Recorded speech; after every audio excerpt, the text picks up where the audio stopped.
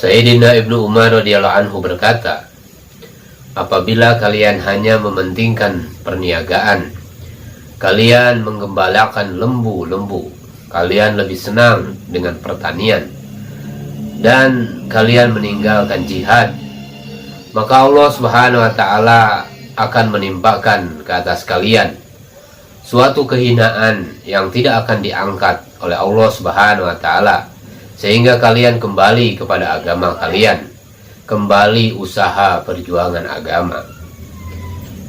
Allah Subhanahu wa ta'ala memberikan sanksi yang lebih berat bagi orang yang meninggalkan dakwah, lebih berat dari perbuatan zina.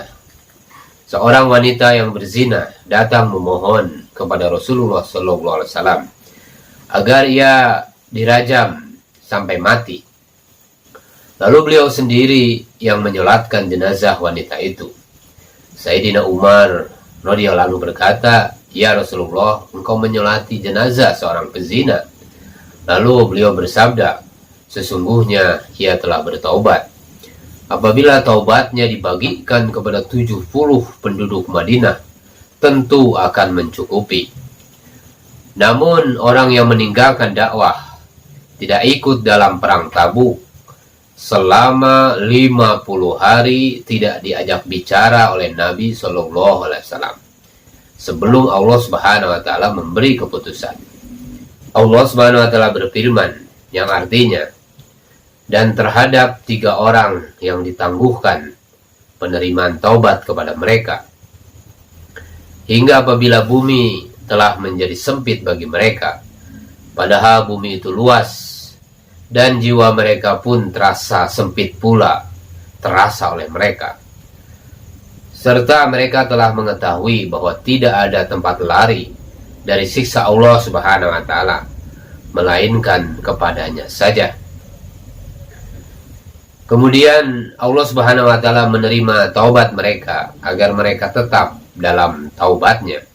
Sesungguhnya Allah Subhanahu wa ta'ala lah yang maha penerima taubat, lagi maha penyayang. Sudah memuliakan Allah Subhanahu wa ta'ala, agama akan terwujud dengan suasana perjuangan.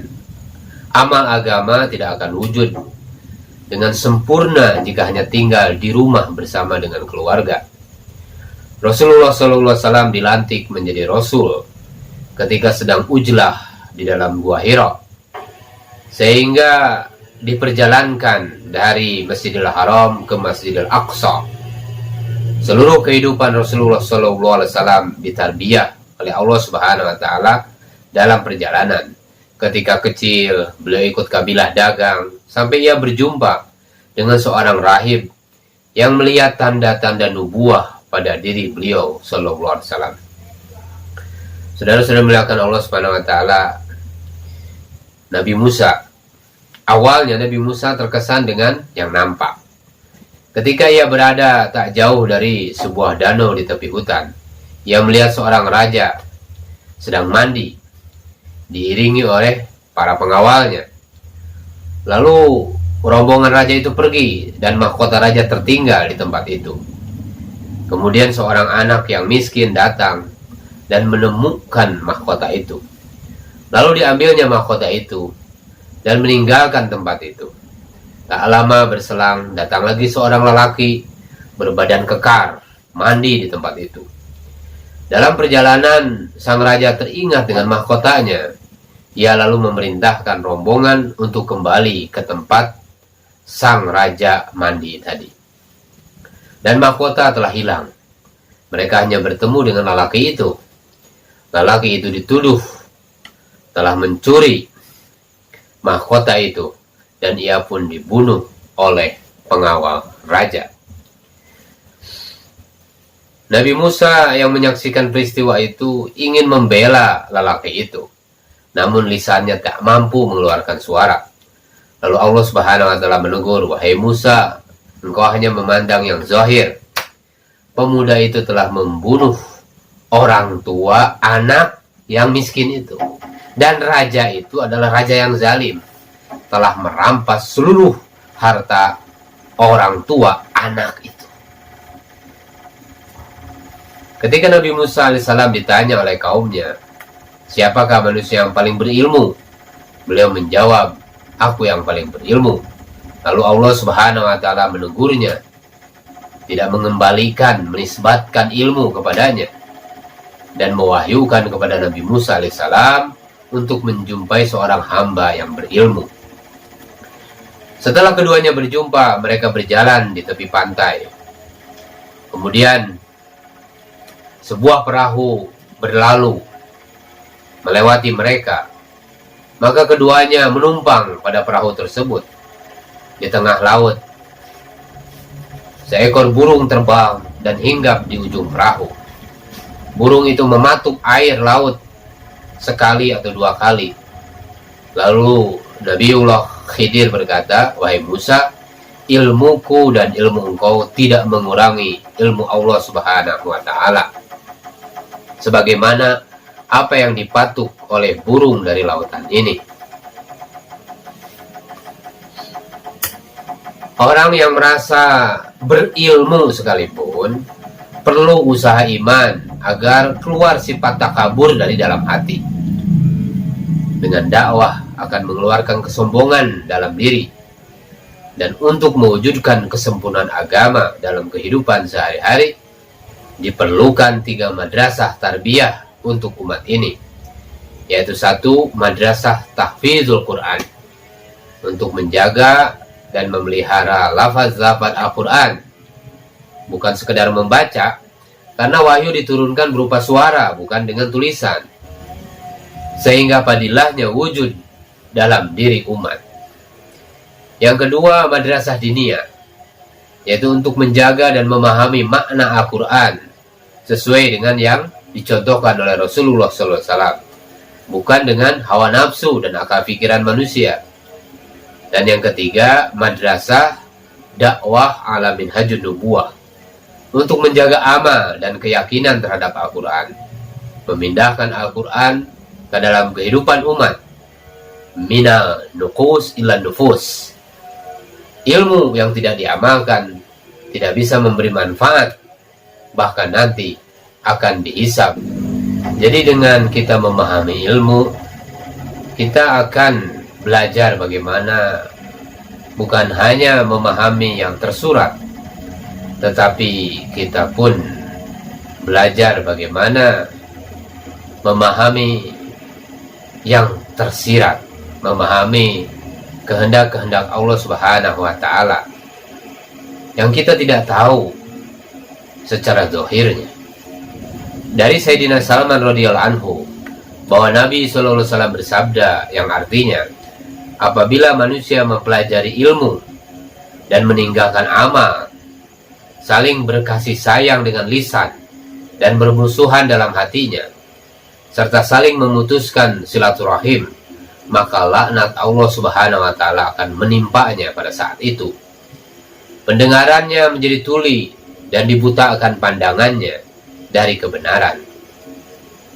Saudara-saudara sekalian, hari ini kitab tafsir Al-Quran sangat banyak, tetapi ada satu tafsir yang hilang, tafsir Amalul Quran.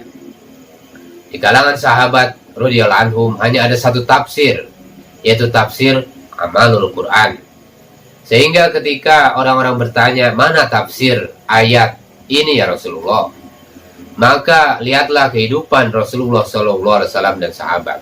Rasulullah SAW bersabda, yang artinya akan terjadi pada akhir zaman nanti ahli ibadah yang bodoh, beribadah tapi tidak mengetahui cara beribadah, dan para qori yang fasik, gemar berbuat maksiat. Saudara-saudara yang dimuliakan Allah Subhanahu wa ta'ala, Sayyidina Umar radhiyallahu anhu dan Abdullah bin Mas'ud radhiyallahu anhu beserta sahabat radhiyallahu anhum lainnya, apabila belajar dari Nabi 10 ayat, mereka tidak melanjutkan sebelum mengamalkan ilmu dan amal yang terkandung di dalam 10 ayat itu.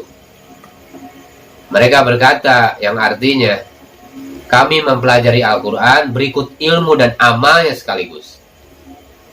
Rasulullah SAW bukanlah seorang ahli filsafat yang berkata, dengarkanlah perkataan saya dan jangan lihat kehidupan saya. Rasulullah SAW berkata dengan mau'izah hasanah dan langsung memberikan contoh sebagai uswatun hasanah.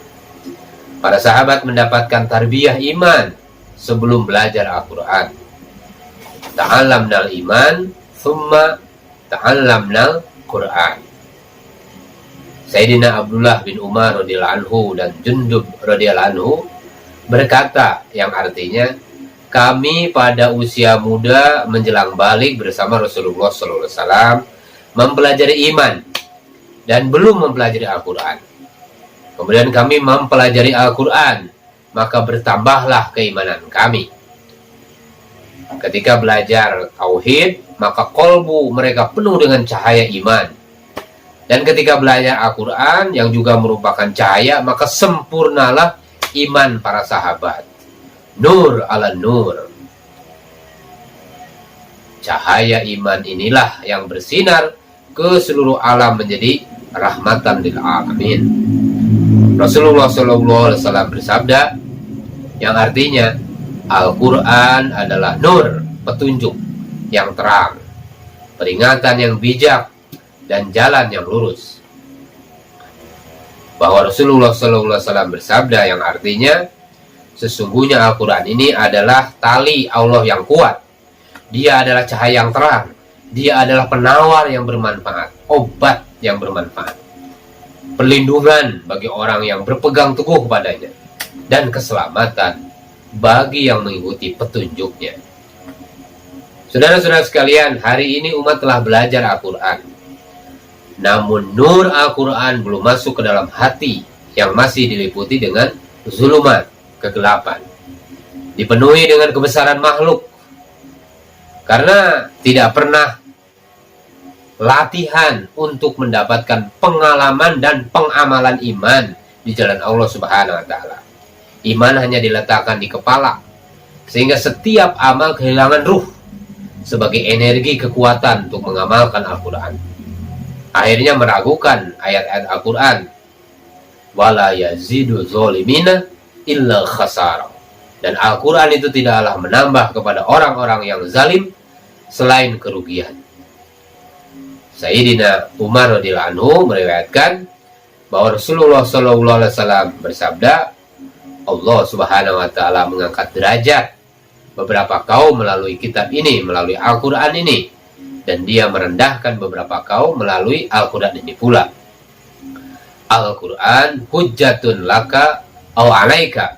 Al-Quran itu merupakan hujjah, bukti yang menguntungkan kamu sehingga mengawalmu ke surga, atau hujjah yang akan mencelakakanmu sehingga menyeretmu ke neraka. Rasulullah SAW bersabda, sesungguhnya Al-Quran adalah tali pengikat yang sangat kuat dari Allah Subhanahu wa Ta'ala dan merupakan zikir yang sangat bijaksana.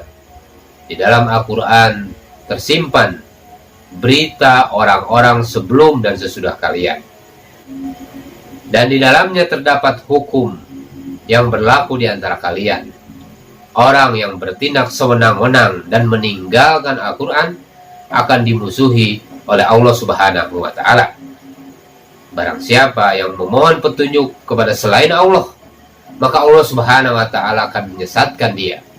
Al-Quran adalah pemisah di antara yang hak dan yang batil, dan bukan senda gurau yang tiada habis keajaibannya, dan tidak akan usang walaupun banyak penentangnya. Saudara-saudara yang dimuliakan Allah Subhanahu wa Ta'ala, apabila madrasah dakwah ala minhajun nubuwah diusahakan, umat akan mudah mengamalkan Al-Quran, sehingga Allah Subhanahu wa Ta'ala menampakkan kehebatan Islam. Lau anzalna hadzal Qur'an ala jabalin la ra'aitahu khashi'an mutasaddian min khasyatillah batilkal amsalu nadribuha linnas la'allahum yatafakkarun. Jika seandainya kami menurunkan Al-Quran ini kepada sebuah gunung, pasti kamu akan melihatnya tunduk terpecah belah disebabkan takut kepada Allah Subhanahu wa Ta'ala. Dan perumpamaan-perumpamaan itu kami buat untuk manusia supaya mereka berpikir. Saudara-saudara sekalian yang dimuliakan Allah Subhanahu wa taala, seseorang tidak akan memahami Al-Qur'an jika hanya berada pada suatu keadaan, hanya duduk dalam majelis ilmu atau perpustakaan. Sebab Al-Quran diturunkan dalam berbagai keadaan, dalam berbagai suasana, dalam berbagai tempat. Surat Al-Ahzab bisa turun pada musim dingin, At-Taubah pada musim panas, Surat Yusuf pada saat paceklik, pada saat kelaparan melanda, Surat Al-Maidah pada saat perjalanan haji, Surat Al-Jumu'ah diturunkan pada suasana perdagangan di pasar. Maka untuk memahami kisah-kisah dalam Al-Quran, para sahabat radhiyallahu anhum dikondisikan dengan suasana dan keadaan yang sama dengan kondisi yang terjadi pada saat itu. Saudara-saudara muliakan Allah Subhanahu wa taala, manhaj dakwah para nabi alaihimussalam telah diajarkan kepada kita. Bagaimana istiqomahnya Nabi Nuh berdakwah siang dan malam, mujahadahnya Nabi Musa, pengorbanannya Nabi Ibrahim alaihissalam, kejuhudannya Nabi Isa alaihissalam, dan kesabarannya baginda Rasulullah SAW dalam membina umat ini. Allah Subhanahu wa taala berfirman, "Fasbir kama sabara ulul azmi minar rusuli wa la tasta'jil lahum." Maka bersabarlah kamu seperti orang-orang yang mempunyai keteguhan hati dari rasul-rasul telah bersabar, dan janganlah kamu meminta disegerakan azab bagi mereka. Rasulullah SAW bersabda, tiada seorang pun nabi yang diutus oleh Allah Subhanahu wa taala di kalangan umat sebelum aku, kecuali dia memiliki para pembela, hawariyun dari kalangan umatnya, juga memiliki sejumlah sahabat yang memegang teguh sunnahnya dan meneladani perintahnya. Kemudian setelah mereka digantikan oleh generasi yang mengatakan sesuatu yang tidak mereka kerjakan, serta mengerjakan sesuatu yang tidak diperintahkan kepada mereka. Barang siapa yang berjihad terhadap mereka dengan tangannya, maka dia adalah orang yang beriman. Siapa yang berjihad terhadap mereka dengan lisannya, maka ia adalah orang yang beriman. Siapa saja yang berjihad terhadap mereka dengan hatinya, maka ia adalah orang yang beriman. Setelah itu tidak ada iman walaupun seberat biji sawi.